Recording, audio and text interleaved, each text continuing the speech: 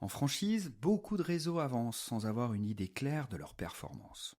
Et pourtant, il existe des indicateurs clés à superviser pour avoir une vision simple de son développement et de son management.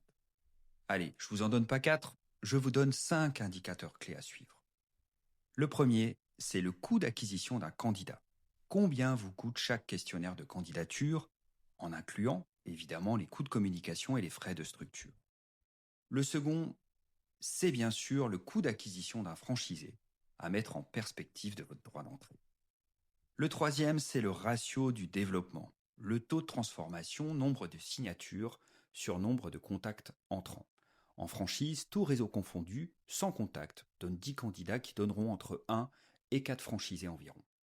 Le quatrième, lui, il est lié à l'animation de votre réseau.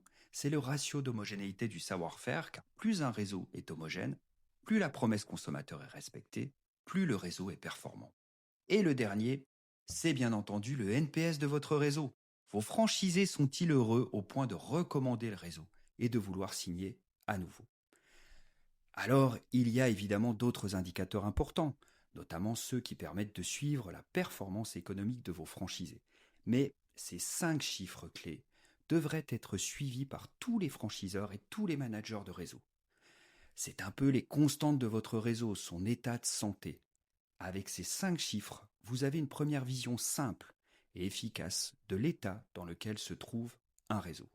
Et comme le dit l'adage, ce qui ne se mesure pas ne s'améliore pas.